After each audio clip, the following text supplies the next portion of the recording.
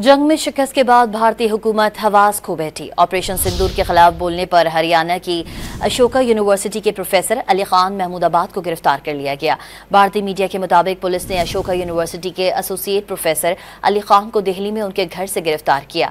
अली खान महमूदाबाद पर फिरका वाराना बयानात, नफरत अंगेज मुहिम, तकरीबी सरगर्मियों पर उकसाने और मजहबी अकायद की तौहीन जैसे इल्जामात के तहत मुकदमा दर्ज किया गया। अली खान पर मुकदमा बीजेपी रहनुमाओं की दरख्वास्त पर दर्ज किया गया। जंग में शिकस्त के बाद भारतीय हुकूमत हवास खो बैठी। ऑपरेशन सिंदूर के खिलाफ बोलने पर हरियाणा की अशोका यूनिवर्सिटी के प्रोफेसर अली खान महमूदाबाद को गिरफ्तार कर लिया गया।